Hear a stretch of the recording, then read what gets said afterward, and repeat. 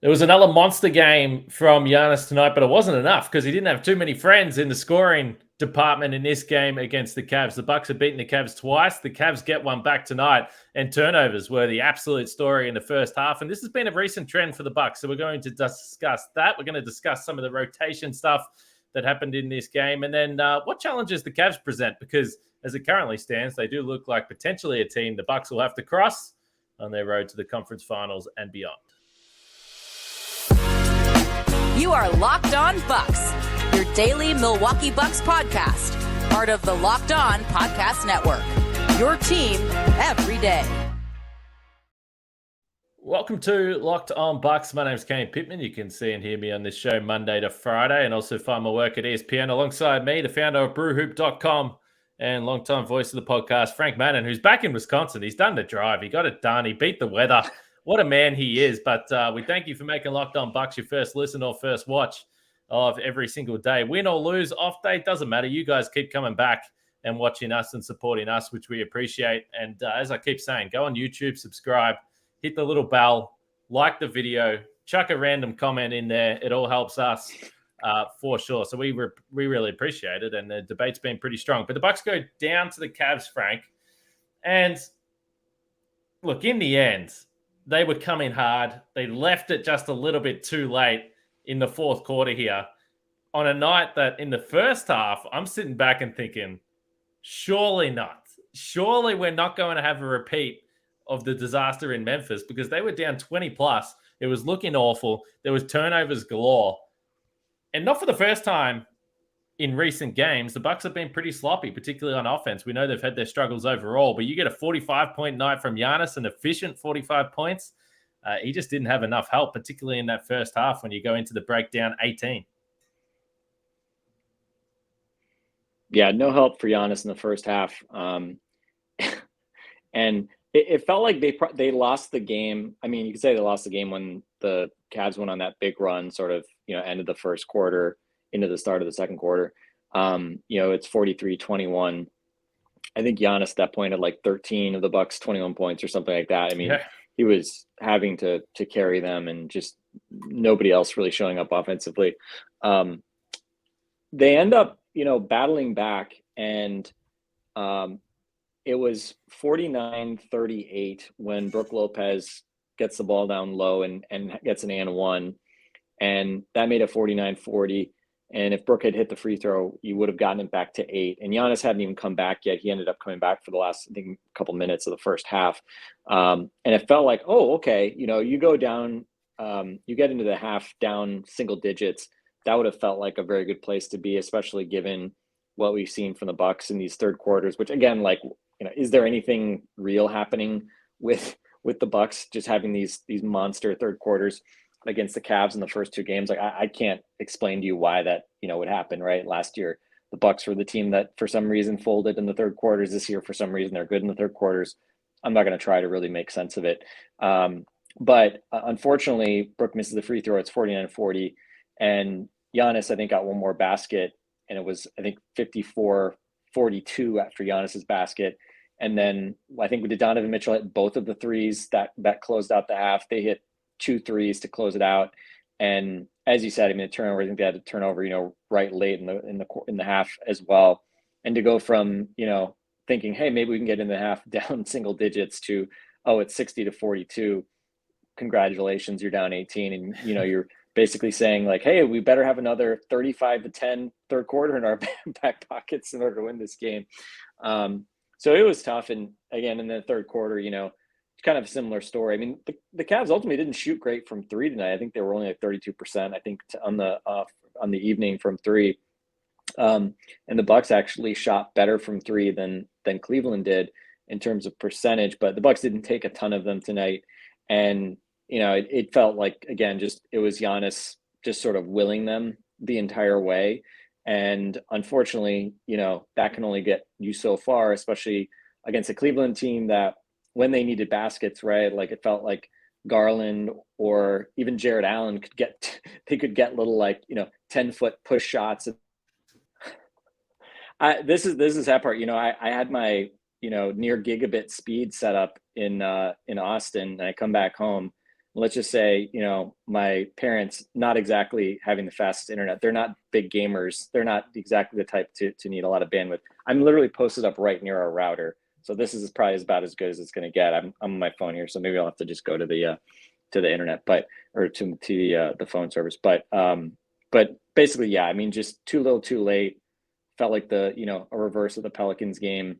And even so, the credit the Bucks, they battled. I think, like you said, the Memphis game made me appreciate this game more, just because they kind of laid down and just got the crap kicked out of them.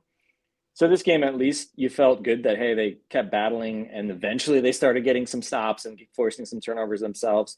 And I think, the last best chance there in that last minute, they get that turnover in the backcourt, kick it over to Drew, who kicks it over to Joe Ingles. He's got a chance. I believe it was a 6-point game with, 40 seconds, 30 seconds, something like that left. And Joe had a great look at a three. He had hit his first three of the season. I don't know if that was in the fourth quarter or was it third quarter, but he finally gotten off the schneid, and you see him line up that corner three. Obviously, normally you'd say that's a money shot for Joe, but second game back, it was not money. It was a wedgie, alas, which was kind of a womp way to end this game. And I mean, it's a jump ball, so you could have gotten the ball back, but unfortunately, at that point, they were playing small. Giannis was in there, and going against Jared Allen, loses the tip, and ultimately that was kind of all she wrote. So kind of a good job, good effort type of game.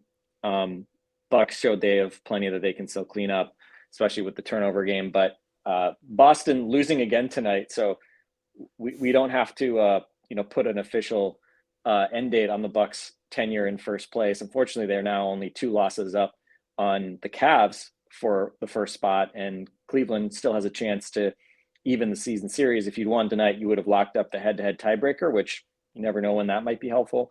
But instead, now Cavs within 2 games in the loss column, and thankfully Boston, though, loses their 10th game of the year at home to Indiana. They were getting blown out most of the game, and then Indiana held on. So yeah, let's just say neither the Bucks nor Celtics kind of covering themselves in glory right now. The Celtics certainly struggling way more than the Bucks, though. So we'll be thankful for that. But obviously, we knew this road trip was going to be challenging, and this game certainly showed why. 16-2 at home, the Cavs as well. So they've been a good team at home this season, and they're just impressive. We knew the addition of Donovan Mitchell was going to be big, but you mentioned a couple of things there that I wanted to touch on before we move on. I want to ask you about Jared Allen, because he hadn't played. What impact did he have? We know Giannis was obviously huge, but Allen's an important player for this Cleveland team. So Joe Ingles, 2 things. Are we ruling out that he shot the wedgie because he didn't feel like he was quite at his feet set, and he thought if he shoots a wedgie, Giannis jump ball, you can't lose? Are we ruling that out? Strategic play from Joe. All right. Yeah, Giannis is normally like an automatic on he gets so many jump balls because people are always like diving in to take the ball from him, but they're normally against not centers. So unfortunately, this was against a guy that's used to taking jump balls. Normally, you would have had Brook Lopez out there to take it if Brook had been in the game, but they were going small. That was part of the tactics, and even Evan Mobley had foul trouble. Jared Allen just had Giannis Antetokounmpo trouble for most of the night, just in terms of Giannis just attacking him off the dribble. I think Giannis did a nice job of getting ahead of steam, making sure that he had momentum attacking Jared Allen rather than kind of getting to spots where he has to stop and then try to like go up from a standstill. I think there you're asking for trouble against a guy like Jared Allen. He didn't have a block tonight, but he did have 19 points on 10 shots. So, he was really good offensively. I mentioned the push shot. He was obviously very good around the rim, and, Mobley really not very impactful at all. Mentioned the 5 fouls, just 7 points on 7 shots, but Allen was certainly very good tonight. But again, Giannis was playing at a level tonight that, Bill Russell, Wilt Chamberlain, whatever, in their primes probably couldn't have done much with Giannis defensively tonight. He just, again, was playing with an energy that was really fun to watch. And especially in the fourth quarter, I mean, he hit that like really tough sidestep, late clock mid-ranger early in the quarter, which I can't think of another shot exactly like that he's hit. And then pretty late, he hits a turnaround baseline fadeaway, that glamour shot that I always get annoyed with, which he has really struggled with this year, but he got the toilet blow flush. It seemed to rim around for an eternity. but that was coming out of a timeout. Not exactly the play I'm going to draw up out of a timeout, but he got that to go. He had a first half mid-range jumper over Kevin Love. So again, didn't hit any threes tonight, but the mid-range game was certainly looking better. And he also hit like a little baby hook shot over Evan Mobley after really kind of giving him a little bump and a little weight room reminder in the first half as well. So yeah, I mean, Giannis was just really good, and as good as Jared Allen is, it was just a night where Giannis was not going to be denied, which is encouraging, right? I mean, Giannis missed a game over the weekend, resting that knee up. He'd struggled in the games before that.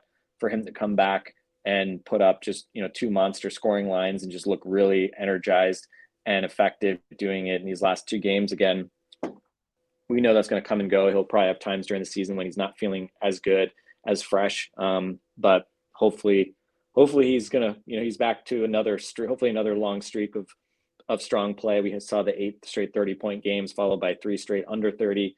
Now he's got 2 straight 40-point games. So that's a nice streak to start. And had some misses first 3 free throws and then comes back and hits 11 of 13 the rest of the way as well. So, all in all, again, just one of those, best player in the world type nights from Giannis, which we obviously want to highlight, especially on a night where he didn't get a whole lot of help.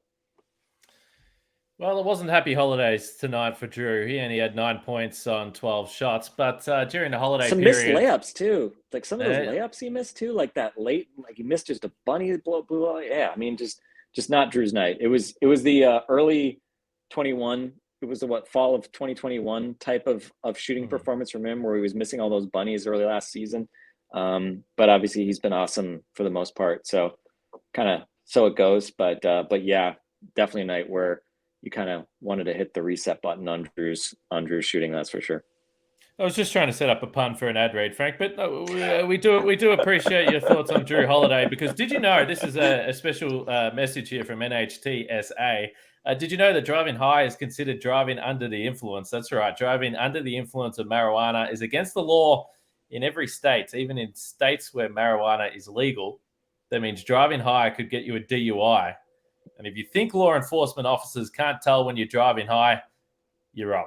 Your friends can tell, your coworkers can tell, even your parents can tell, everyone can tell. So what makes you think the law enforcement officers don't know when you're driving high? Driving under the influence of marijuana can slow your response time and change how you perceive time and speed. So even if you think you're fine to drive when you're high, you're not, because the bottom line is, if you feel different, you drive different. And driving high is driving under the influence. So remember, drive high, get a DUI. This message is paid for by NHTSA. Make sure you check out the Locked On Sports Today podcast with our man, Peter Bukowski. I believe the Packers are playing some sort of Christmas Day, Boxing Day game, but he'll have you covered on the Locked On Sports Today podcast. And with all the rest of the sporting news around, the NBA, of course, Christmas Day. Hard to believe, Christmas Day basketball, which means the Christmas Day podcast. Bucks and Celtics are currently 2 best teams in the NBA, even though they're not playing great. So listen to the Locked On Sports Today podcast and you'll hear it all. The other quick point I wanted to make, and this isn't a bit, and I'm not going to talk about Joe Ingles a lot, but it is related to Joe, just with the lineups, because you mentioned the last 4 minutes when the Bucks cut it back to 9, and there was a bizarre lineup that I don't think we need to see a lot of moving forward. So once they cut it back to 9, the Cavs called another timeout. And at the time, I thought it was bizarre because you had Brook Lopez, Giannis, Bobby Portis, Joe Ingles, and then Javon Carter. And what that meant is that we can all say that, I don't think Joe can have 3 months. And I still don't think you want him defending Donovan Mitchell straight up, right? But because of the lineup that Bud had out there, he was kind of forced to do it. And Donovan Mitchell only hits 3 threes for the night, but 2 of them are on Joe in ISO situations where he's asked to defend him one-on-one. Now, I know they know each other very well. He's probably defended him a lot, and maybe that's the thinking. But I just thought it was a bad lineup in such a critical part of the game where you need to keep it at around that 10-point mark. They weren't able to do it, as you pointed to, Frank. So, yeah, just an interesting lineup. And I don't think you're going to see too many lineups where Joe's asked to be the two guard and defend literal perimeter players. So I thought it was costly. Yeah, I mean, I've actually been curious to see. That was like kind of one of the main things I'm sort of interested to see is just Joe Ingles being on the floor here. Does it come defending like wings or even more 2 guards? Like, is it coming because let's be honest. I mean, the weakest part of the Bucks rotation is the shooting guard position, right? Yeah. And again, once Drew Holiday, obviously Drew Holiday is healthy, and once you get Chris Middleton back playing regularly, knock on wood, hopefully sooner rather than later. He was doubtful coming into this game, so I guess it was good that he wasn't just straight up out for this game with the sore right knee, being the opposite knee of the one that the MCL that he damaged or hurt in the playoffs last year. But the two guard is the question mark for the Bucks, given every other position is essentially a all-star caliber player between Drew, Chris, Giannis, and yes, Brook Lopez. I know you guys were talking about all-star potential, but hey, Drew and Brook. It's funny they were both all-stars last 10 years ago, right? That it was in the same all-star game that they were both got their one opportunity. But I mean, two guards, the point of weakness. I think it is going to be interesting to see just how they fill that. I think with Joe, he's a guy who it's not like I don't know that I don't have a great answer for this. I mean, I don't think he's a guy that like has generally been like a small ball four. I think he has typically been more of a wing type defender.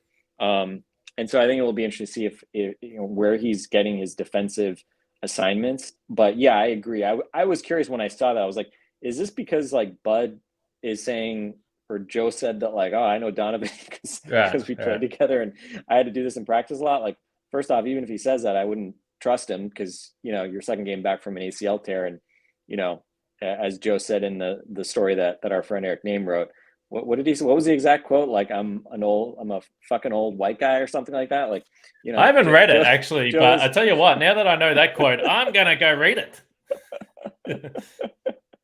So yeah, I let's just say I'm curious how they generally use him, but even so, I mean, even if he's guarding like a lot of wings and not seeing small ball 4 minutes, even if you are doing that, you don't have to put him on Donovan Mitchell. You can try to find pick your spots a little bit more. So yeah, that was just one of those things. And I thought, speaking of like that position, I mean, MarJon Beauchamp, 3 of 5 threes again tonight. He's up to 36% 3-pointers now on the season. So this recent heater that he's been on, again, we're still pretty small sample size theater here, just given he hasn't played a ton. But, for him, it's about just consistency, right? And he's got this golden opportunity right now to show Bud like, hey, I can play and I'm going to work hard and I can move my feet and I can, maybe not always make the right play defensively or always make the right read defensively, but I've got the tools that, I can be a plus there. And then offensively, I can play my role. And certainly the way he's been shooting the ball from three, just 2 for 4 overall in the previous game, but both 3-pointers. And obviously had the really good game prior to that on Saturday. So for him to get 11 points tonight, knocking down threes. And I thought, again, just his ability to move his feet against premier wing scorers, like, he defended Mitchell and Garland at times. I don't think he's great at getting over screens at this point. That's where being a little bit bigger is not helpful, right? When you have to kind of get skinny and get over screens and things like that. But just like 1v1, I mean, he's got really good feet. And like there was a play where Mitchell kind of, Mitchell couldn't shake him, but then he kind of got going to the basket and Donovan kind of like leaned into him and drew a foul. And I was like, okay, that's what like these premier type scorers are going to do and the kind of tricks that he's going to have to learn. But I thought it was another encouraging performance from MarJon. And, I think you've been asking everybody that comes on the pod here lately, right? Like how is all this going to shake out, right? Like West basically didn't play tonight. Essentially you had 9 guys, MarJon being a starter in Chris's absence. So I think the obvious sort of answer would be at this point that once Chris comes back, that MarJon probably just disappears. And we see the other guys, right? Basically Pat, Joe, Javon, and Bobby Portis off the bench. But the season's so long, as we said, like there's always somebody's going to get injured. And I think also, I just don't think that like, even if they were, let's just say ideal scenario, they just like magically stay healthy the rest of the year. Bud's not going to just like put, George Hill on ice for the next 50 games. I don't think he'd put MarJon on ice for the next 50 games. I think he trusts those guys enough that he would want to keep those guys at least somewhat engaged. And so I think it's going to be interesting to see, just does he kind of cycle some of these guys in and out? I think like with Wes, he's already been doing that essentially all season. Once Wes came back from his injury, he's basically been kind of using Wes more strategically rather than really playing him, a consistent like 15, 20 minutes every night. So I think it's going to be just probably one of those things I'd expect that's probably just going to continue where, they're just not going to play Joe Ingles certain nights, especially coming back from the injury. I kind of was curious if that might happen tonight. But I'm guessing that there's just going to be nights where they say, all right, you know what, Wes, you're playing tonight. Joe, you're not. George Hill, I'm sure some nights is going to get the call and is going to play. And again, you hope it doesn't always have to happen because of injuries. In all likelihood, it will happen just because guys pick up knocks. They're out for a week with an ankle, hopefully nothing long-term. But yeah, I mean, I think realistically, like just given what we know about injuries and all that stuff, like I think you're just going to see those guys kind of come in and out. And even when people are healthy, I'm guessing Bud's going to just give, especially some of these veteran guys like George Hill, Wes, et cetera, like he's going to be pretty liberal, just giving them like, all right, you're just not going to play for a couple games. But then I don't think he's also going to just put those guys in, in mothballs or something like that. Cause I think he thinks that he may need them at some point later in the season. But either way, I mean, great to have more guys you can trust, you have rotation spots for. And MarJon, I think, just deserves a ton of credit because he's basically making Bud have to like reckon with the fact that he's playing well and that he's out there making shots and generally, especially for a rookie, making pretty good decisions and kind of finding his role and knowing kind of how he fits into this team. So yeah, just been a lot of fun, and certainly you hope Chris Middleton comes back sooner rather than later. But the more you get, MarJon kind of just used to getting these reps, get these big, start and road games against other Eastern Conference contenders and deal with adversity and play with the stars. Some nights you're playing with just more of the bench guys. The more reps, the better. And certainly I think we'd all love to see MarJon just continue to get these, however random they're going to be, sometimes starting great, sometimes off the bench, fine. But if you can keep him playing semi-regular, I think there's only upside to that, regardless of whether or not he's a guy that ultimately is going to play in the playoffs this year. All right. I want to ask you whether you think the Cavs, we're at what are we, about a third of the way through the season? So I want to ask you whether you think that the Cavs are legitimately a threat to this Bucks team with the way they're constructed. And with MarJon, particularly, I think, he plays 20 minutes, 4 fouls, a couple of those just a little too eager to get the hands in there and make plays and do those types of things. But that's why him playing is a great thing, because hopefully he learns the patience. That one on Donovan Mitchell, he had the help coming, which reminds me, today's podcast is brought to you by, sponsored by BetterHelp. And we know, unfortunately, life doesn't always come with a user manual. So when it's not working for you, it's normal to feel stuck. Navigating any of life's challenges can make you feel unsure, whether it's a career change, a new relationship, or becoming a parent. And my older brother became a parent last week. I'm sure he's got some stress going on. I know when I changed my career and moved to Milwaukee, I went to speak to someone, and it's very normal thing to do and very helpful. And therapists are trained to help you figure out the cause of challenging emotions and learn productive coping skills, which makes therapy the closest thing to a guided tour of the complex engine called you. So as the world's largest therapy service, BetterHelp has matched 3 million people with professionally licensed and vetted therapists available 100% online. Plus, it's affordable. Just fill out a brief questionnaire to match with a therapist. If things aren't clicking, you can easily switch to a new therapist anytime. It couldn't be simpler. There's no waiting rooms, no traffic, no endless searching for the right therapist. Learn more and save 10% off your first month at betterhelp.com/lockedonnba. That's BetterHelp, HELP.com/lockedonnba. All right, so the Cavs ticking along pretty nicely. I already mentioned they're 16-2 at home, 22-11 overall. So that means they're 6-9 on the road, which is a little interesting, but they are a young team. Obviously, Garland is at a 50-point game, and he looks like he's taken another step, and he's a tough shot maker, as, again, we saw some of those backbreakers tonight. They've got the two bigs, but particularly with Mobley, we saw tonight Giannis directly went at him. And the easy argument from Bucks fans would be, well, you can say that they've got a couple of bigs that can protect the rim and potentially, long arms in front of Giannis. Can that get in the way at all?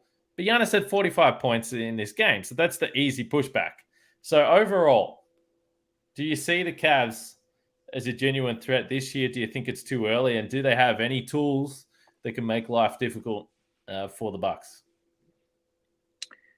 I mean, I think they're definitely a regular season threat, right? I mean, that's why we've been talking about how much we are, happy with where the Bucks are from a regular season record standpoint. And even with that, the Cavs have a better point differential. They, are only 2 back in the loss column now. So they're right there, right? Cleveland's right there. I think from an injury perspective, Ricky Rubio, I'm not sure how close he is to returning, but I think we saw last year he was a huge part of the strong start they had. Maybe less of a factor this year just because they now have already 2 kind of ball dominant guards. So, he's going to be probably off ball most of the game, even when he's playing, because you're not going to put the ball in Ricky Rubio's hands and, have Donovan Mitchell or Darius Garland, playing off ball a whole lot. So that maybe isn't he's not as necessary or as valuable, as if he's playing off ball given his shooting. But I think they're one of those teams that you look at going into the trade deadline because it is, everybody knows what their issue is. Their issue is wing depth. Okoro hitting 2 threes tonight was super annoying because he's been just basically, unguarded most year. And I think he came into the game shooting 22% from 3. I mean, he's been, a bust more or less, given where he was drafted, right? Top half of the lottery. And just a guy that has good defensive tools, but just offensively just can't really do anything. And nobody respects him. He's just kind of dared to shoot wide open threes and he has not been able to hit them at really a threatening rate. So I think that's really the big question is can they get that, legitimate wing help to make it so they don't have to play Isaac Okoro or Lamar Stevens or, some of the guys that they have to play at the 3 spot. I think I think there's 2 parts of it. Could they be, a top, they already are a top 3 team in the regular season in the East right now. I don't see a reason why they can't, maintain that for a full season. I think in the playoffs, I think the wing issue is probably going to be a bigger problem. I think, Mobley, it's interesting. People were, I think justifiably super high on him coming out of last season. A lot of people obviously were hopeful that he was going to take a huge leap this season. I think both him and Scotty Barnes have kind of just had tread water seasons in a lot of ways, at least statistically, right? I don't watch every Evan Mobley game or anything like that, but he certainly hasn't been terribly impressive in the games we've seen against the Bucks. And I think part of that obviously is just because he's going against Guy and Giannis, who's just so physically strong that it's just hard for Mobley's, lack of kind of, physicality to be overcome by just the length and everything he has. But I think skill wise, we haven't seen him make some huge leap. He's not a guy that looks comfortable creating off the dribble. He's obviously got good touch, but not that, we've seen him. He hasn't become a really good 3-point shooter or something like that. So again, that still may come, but I think for this season, I was interested to see how much the Mitchell trade would impact his development. And I think you could say if without Donovan Mitchell, Evan Mobley probably has a lot more touches, a lot more opportunity to kind of flex and work on his game offensively this year. But I think from what we've seen so far, I would probably say it's for the best that they haven't had to do that. So I think Mitchell coming probably maybe limits some of his short-term offensive upside in terms of really becoming a bigger scorer and focal point offensively.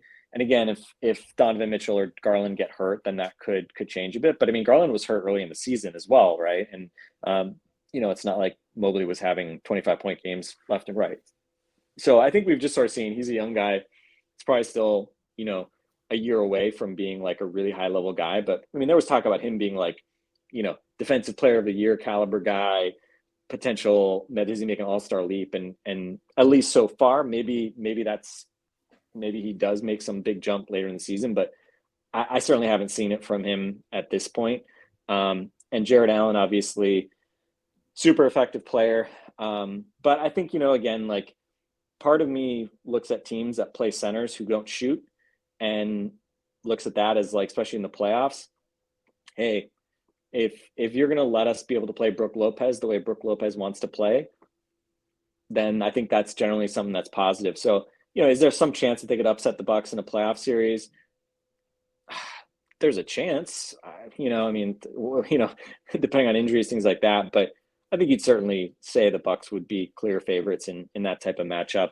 And especially, obviously, you hope that the Bucks can continue to take care of business and, finish ahead of them in the East standing. So, shout out to Cleveland. I mean, they have a super bright future. Mitchell's only 26. I'm curious. Like, I think we're just in general, especially with Garland and Mobley, I think so much of what they become is really dependent on what those guys' ceilings really are. And is Garland like how good can Garland actually be? He's really good already, right? I mean, he's an all-star level player. But is he like a automatic all-star every year type guy, right? Like I don't even know if he'd make the all-star team this year, just given how deep the guard spot is in the East and the fact that Mitchell has clearly kind of come in and, Donovan Mitchell thinks he's the best player on this team. And so far he probably has been. And Mobley, obviously, it's probably obviously even further off in terms of knowing just how good he can be. So yeah, I think they can definitely be very good, but certainly good to see Giannis just wrecking ball his way through this team. And I don't know. We'll see. I think, again, a lot of it probably comes down to whether they can get wing help at the deadline. Yeah, and I think the big thing with Donovan Mitchell at this point is that his efficiency has been way up from anywhere it's been in his career. I mean, on his career, he's a 44, 36, 83 guy, which, by the way, is not awful, but he's at 50, 44, 90 this year and taking 20 shots a game. So is that going to last for another 50 regular season games in the postseason? We'll see, but he's been on fire so far for the Cavs. The Bucks have got a day off. They head into New York. They got the Brooklyn Nets, who absolutely dusted off the Steph Curry-less Warriors. They put 91 points on the Warriors in a half, which is just absolutely absurd. The Nets are playing really well. So the Nets and the Celtics, the next couple of games for the Bucks, obviously Friday night against the Nets and then Christmas Day against Boston. So a couple of good ones to go. Frank, we'll have a podcast again tomorrow, but more importantly, what the hell are you doing for the next few days other than bunkering down inside? Are you going to put on 15 layers, put your snow boots on, chuck a beanie on and trudge your way down to the nearest Rocky Rococo, or what's happening? Yeah, I don't know. I may, normally I like the day after I get here, I sneak off and make a Rocky Rococo run, but we're supposed to start getting snow tonight, and so I just before this I made my run to Piggly Wiggly down the road from where I live, or where my parents live, and fortified, kind of stocked up for the next few days, so we've got enough stuff for my family. But yeah, I don't know, maybe a few days before I get to Rockies. But shout out to Camille. I literally was driving as you guys were talking on last night's pod. I think it was toward the end. Camille gave the Rocky Rococo. I did not. I did not lose sight of the loose. I didn't laugh out loud, but I was smiling at your suggestion that I would begin drooling while driving across country. And I was indeed driving through. I think I was in. Where was it? I think it might have been Arkansas at the time that I caught that little reference from you and Camille. But that actually got me thinking. I haven't met Camille in person, and I'm trying to remember if when I did the live pod a few years ago, I'm trying to remember if I actually met Justin then. I feel like it's like, it's kind of funny. I mean, you do the pods with them. I've done a few pods with them, but like, I don't actually like talk to Justin and Camille that much, but I feel like I do just vicariously through your pods with them. So I was thinking, I'm going to have to ping them. Here's the bat signal to them. I got to ping them to see if maybe, I guess, post Christmas, post this blizzard, we can do like a little Locked On Bucks meetup. Got to get Eric over as part of that too. But yeah, we'll pour one out for you, Kane, if we can make that happen. But yeah, so hopefully everybody stays warm, and at some point I can emerge from a bank of snow to go claim my slices of Rocky Rococos. And what we should also do at some point, and it's difficult with the times and all those types of things, is try and get everyone on a pod, a little holiday combined podcast at some point. Little Brady Bunch, little boxes Brady everywhere Bunch thing with like all the boxes. Yeah, boxes everywhere. Live pod, go for 4.5 hours. Who knows? But we should try and figure that out. But we'll figure out the schedule over the next few days as well. Definitely podcasting tomorrow. And let's face it, even if you're spending time with the family over the next few days, listen, it's no secret. We all need to get away for about half an hour or an hour. So I'm not working. So, I mean, of course, I'm going to want to talk about the Milwaukee Bucks for better or worse, right? Whether it's awesome stuff or like bad stuff, I want to, you're my way of coping, Kane, is talking it out with you. Mate, I love it. All right, well, screw it. I'll have a podcast tomorrow, and then we'll probably do post game after the Nets. We'll figure something out after the Celtics as well. That's the day after Christmas for me, so I'll be lazing around. I'll be very happy. A 9 a.m. game on the day after Christmas for me. It could not be any better. I'm going to roll out of bed, cook some breakfast, get some coffee going, and watch the Bucks. It's just a beautiful, beautiful thing. It actually is better than Christmas By the Day.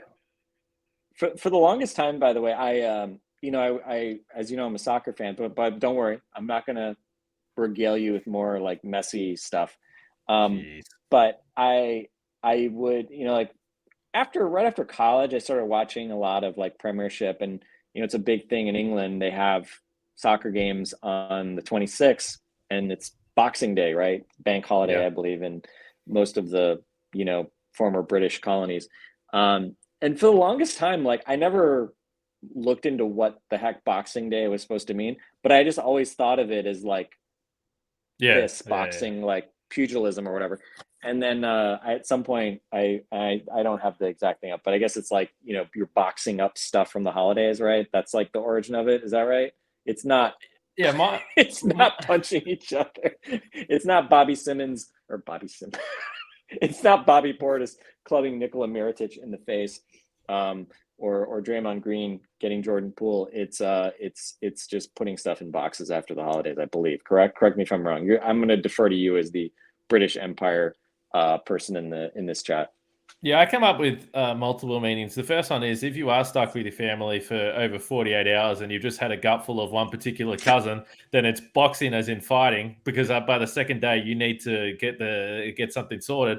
But yeah, I'm pretty sure it's if you get some gifts that perhaps aren't quite right, chuck them back in the box, take them back. I think that's right. I think it's got to do with that because it's a big shopping day, humongous shopping day. It's like Black Friday over here. There's sales galore. Everyone goes shopping. I don't. That sounds like absolutely a painful experience, but that's what a lot of people do. So yeah, and obviously we have the NBA all day. They've actually got the first ever sporting event, pretty much first ever sporting event ever on Christmas Day here in Australia. The Australian Basketball League, the NBL, is playing a game. Fortunately, it's in Sydney, so I don't have to go.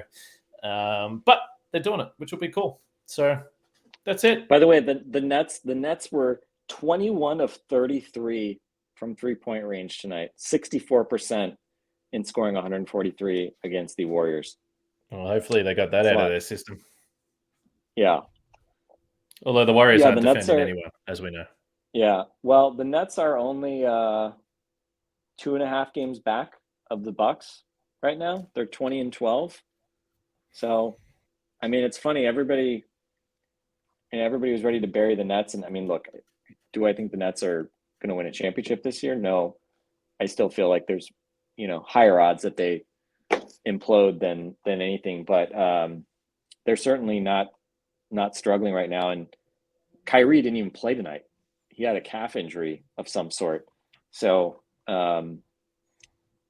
interesting game. By the way, I was listening to Sarah Kustok on with Zach Lowe, and Zach mentioned that Ben Simmons he was 0 for 2 from the foul tonight, but like he's only taken like now I guess like 4 free throws and had 0 makes in like the last like 6 games or something like that. Like he was like playing better, right? Now he's just like not doing anything, I guess. But they've got their shooters starting to get healthy at least. Your boy Patty Mills, 13 points on 5 out of 5 shooting tonight.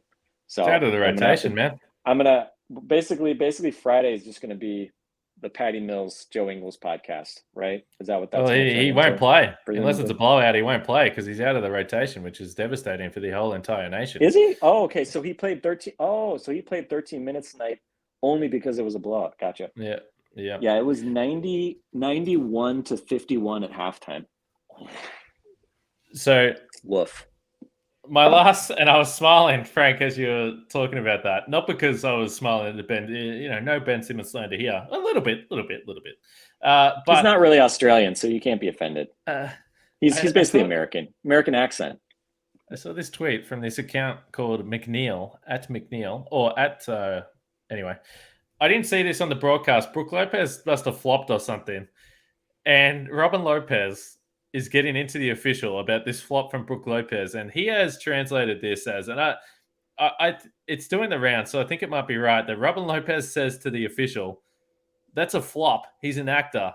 I know. He was in West Side Story. He was Officer Krupke." Well, actually, he's mic'd up.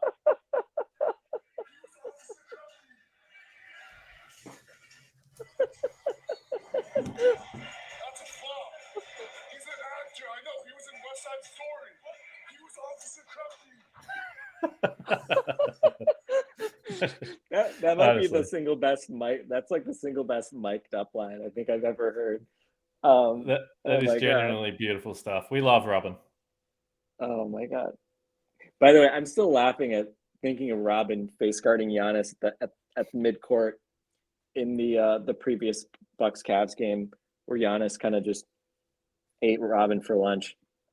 Although Robin, in fairness, Robin has had some impressive stretches in previous years where he actually usually not when he's having to defend Giannis one-on-one, but his rim protection, obviously that's his calling card, in addition to his weird hook shots. But shout out to Robin. Didn't play tonight, but did get into some glorious mic'd up moments apparently. You did, and my last thought, I've had a few last thoughts, but my last thought is Evan You're Mobley. Like me. If you can shut up, man. That's Christmas. You got Robin Lopez with his sideshow bob hair. You've got Jared Allen with his afro. Evan Mobley needs to do something with the stuff on top of his noggin. He needs to grow an afro or do something crazy. Otherwise, you can't be center on the Cleveland Cavaliers. All right, let's wrap it up. This podcast tomorrow in the lead up to Bucks and Nets. Big couple days ahead on Locked On Bucks. Subscribe, as I said, on the audio platform and leave a review and all that kind of stuff. YouTube especially. Subscribe, drop a comment, hit the little bell there, and hit the thumbs up. We love it all. Give us all the stuff we need for this podcast to keep going. We appreciate it, and we'll speak to you guys tomorrow.